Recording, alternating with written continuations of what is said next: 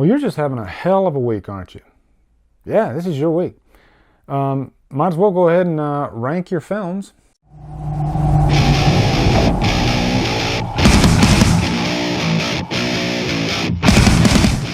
What's up, guys? It's life hack time.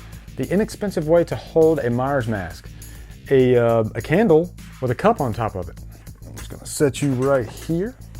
Very nice. So what's up, guys? It's time to rank the Halloween franchise. And the reason I'm doing this is because I was going through my comments on my last Halloween update, my Drumdums Drive video, and one of my subscribers, Cody Leach, who has his own YouTube channel, very competent reviewer, swiftly rising up the YouTube channels. In his comment, he wondered what my favorite Halloween film was. And I thought, you know what? I think this is a great opportunity to go ahead and make a video ranking the Halloween films. As a matter of fact, I've never ranked any franchises on my videos so far. So this is a good way to get my feet wet with my favorite horror franchise. So anyway, here we go. We're gonna rank all 10 Halloween films, starting with worst to best. So anyway, here we go. But first I need a drink. Okay, this is gonna be a lot of fun. Before I get started, just a reminder that on Tuesday, I'm gonna have my episode 3 of Scream Stream with CP and Zach versus the Blue Ray Mountain. And we're gonna be talking about our favorite zombie films. And since it's kind of Myers week with the announcement of the new movie, we're also gonna be talking about news of the new movie and theories and what we would like to see and so on. So make sure you check that out. It's gonna be Tuesday, 3 p.m. Eastern time. Okay, number 10, don't even have to look at my list. I know without a doubt, my least favorite Halloween film is Halloween Resurrection. God, this movie is horrible. But I guess when you have 10 movies, it's tough to make all 10 of them really good, if that's an excuse.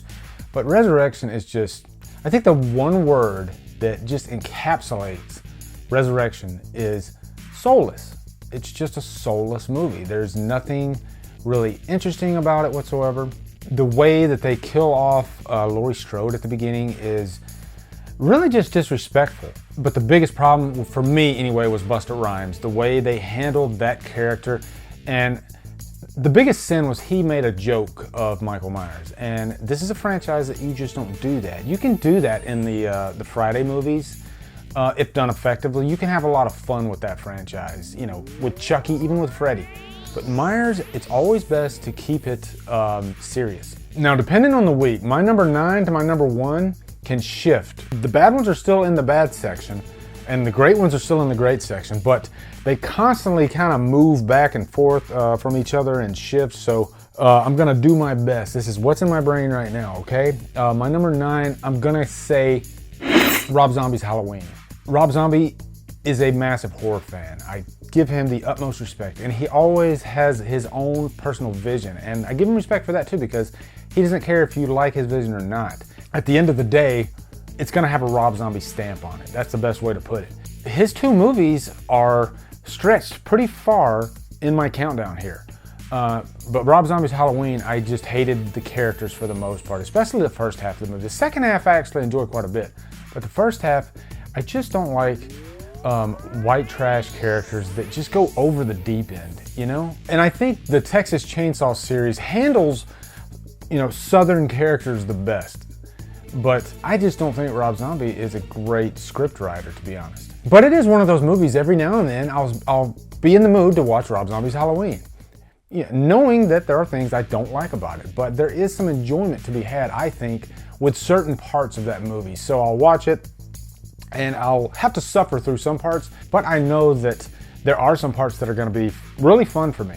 Okay, now I have to pull up my list because I wanna make sure I don't forget anything, because a lot of these movies I love, so I can be forgetful. So I'm gonna go to my Letterboxd list. I actually have a list, but don't look at that until after this video, otherwise you're gonna be spoiled. All right, here we go. I'm just gonna give you a quick flash. Boom, there you go, okay. Okay, number 8 is gonna be Halloween 5. The biggest thing that kills Halloween 5 for me is the comedy. They take it a little bit too far, especially with the music cues that they use, with the honks and the whistles and whatnot for the cops. Really stupid. I don't know what they were thinking. And then they had a mute Jamie throughout most of the movie. just a lot of big problems. The way they handled Rachel. I mean, I could have a laundry list of things that I didn't like. It's funny I said laundry because one of the biggest scenes in the movie is the laundry chute scene. Again, there are scenes in this movie that I love to death though. The final act is a fantastic third act of a movie, and thank God for it because it saves Halloween 5. Unfortunately, everything before that is pretty bad, and I can't not mention Tina. Tina is definitely one of the most annoying characters in the franchise. And you can imagine how let down I was because the first movie I saw in the theaters was Halloween 4, and then a year later they released Halloween 5 in the theaters, and I just could not wait. This was my most anticipated movie of that year. I wanted to see the aftermath of that fantastic ending to Halloween 4. And I enjoyed it, especially seeing it on the big screen, but there were quite a few like shake your head moments. Okay, number 7 is gonna be Halloween H2O. Let me get this right out of the way. I like Halloween H2O. It's a good movie. From here on out, guys, I like the rest of these movies. So don't think I'm really knocking H2O. But if I had to put it in the ranking, it's gonna be number 7. It's awesome that Jamie Lee Curtis came back. There are so many great moments with her in this movie, and she honestly saves the movie. That moment when her and Michael come face to face and she's had enough, she just wants to go ahead and take care of this, face him once and for all. One of the best sequences out of the whole franchise, really. But this was post-Scream, and there were a lot of movies copying Scream. Halloween should not be copying Scream. That's my biggest flaw for Halloween H2O. Having said that though, I still have a great time and I watch it every year. Also, the score to me is one of the weakest scores, and it's ironic because they probably put the most money into this score. You know, they went for broke, they tried to make it more orchestral, and it didn't work for a Halloween film. I like the Halloween score to be simple, like, you know, John Carpenter's original. So I think that only hurt it. Even John Ottman's alternate score, which I've heard, still, I don't think it works for a Halloween movie. Number 6 is gonna be Halloween 2. Not Rob Zombie's Halloween 2, but the original Halloween 2. Again, fantastic sequel, actually. I love that it picks up the night of the first Halloween. As a matter of fact, I have my own Halloween the Whole Night edit that I like to watch from time to time that combines both movies. I cut out that whole opening segment of Halloween 2, so it just is seamless. It goes all the way through, so you got a nice 3-hour Halloween movie, and it goes very well with the first movie. If I had to give it a con, I would say it's just kind of slow from time to time because it takes place 95% in a hospital. Laurie is kind of comatose throughout most of the movie, but the third act, like Halloween 5, is a great third act, probably one of the best. And Loomis really shines in this one, actually. Number 5 is gonna be Halloween 3 Season of the Witch. I love Halloween 3. I watch it every year, and it should not have been called Halloween 3. It should have just been called Season of the Witch. But it's got so many great things going for it. You got Tom Atkins, who's always a pleasure. Stacey Nelkins, who is a great leading lady.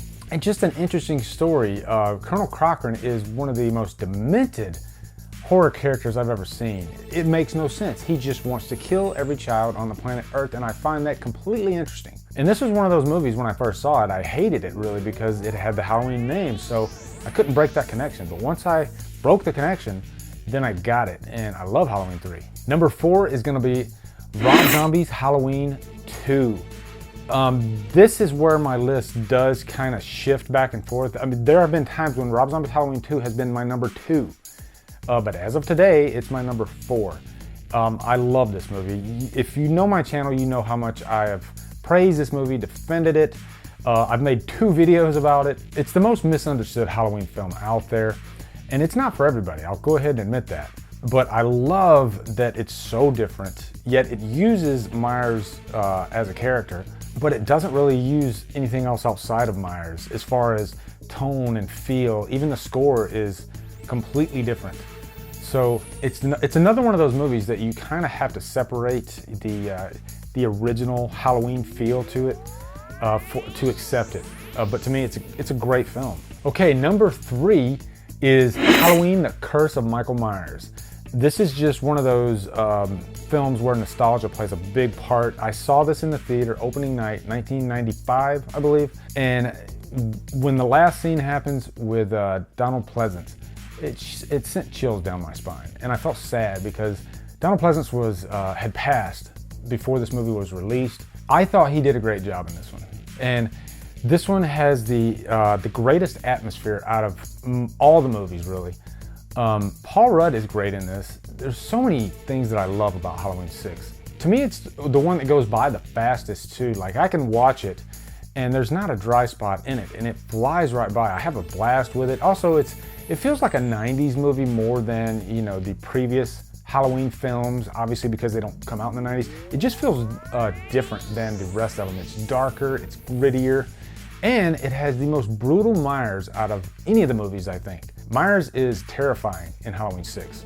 I didn't include the producer's cut in this ranking, but I definitely like the theatrical cut better. I like my cut the most, actually, where I combined both cuts. Pretty much the best parts of the producer's cut mixed with the best parts of the theatrical, namely the third act of the theatrical.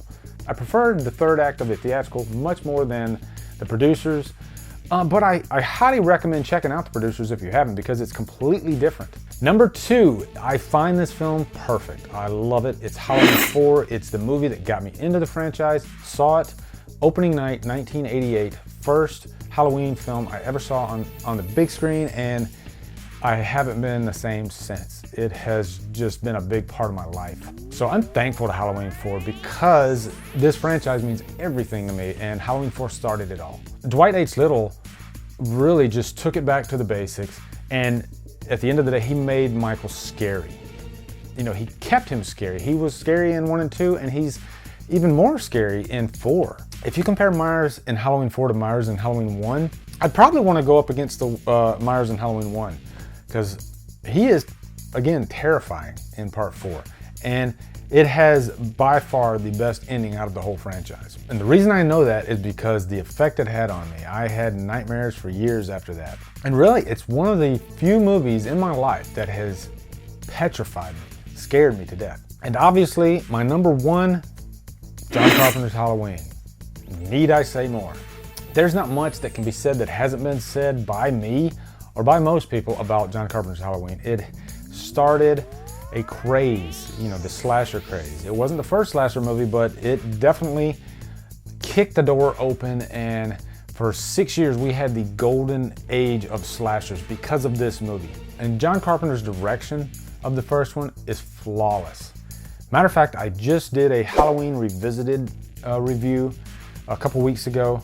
I'll post a link to that. Be sure to check that out. I go highly in depth. It's 13 minutes long, and I cover everything. So anyway, guys, that's it. That is my ranking of the Halloween franchise. Had a lot of fun with this, and I think I'm going to do this more. I'll probably do the Fridays and the Screams and the Nightmare on Elm Streets, the Chuckies. I'm still reviewing the Chuckies, so once I'm done with those, then I'll do a ranking for those. Let me know if you like these ranking videos, and I'd love to do more of them for you. As soon as I post this, I'm going to post it on Killer Flicks and ask those guys, give me your rankings for the Halloween franchise below. So make sure you go over there so you can jump in the fun. Also, if you look below, you can see all my social media links. And if you like what I'm doing, please click that subscribe button. Thank you so much, guys, for watching, and have a great day. Drumdum out.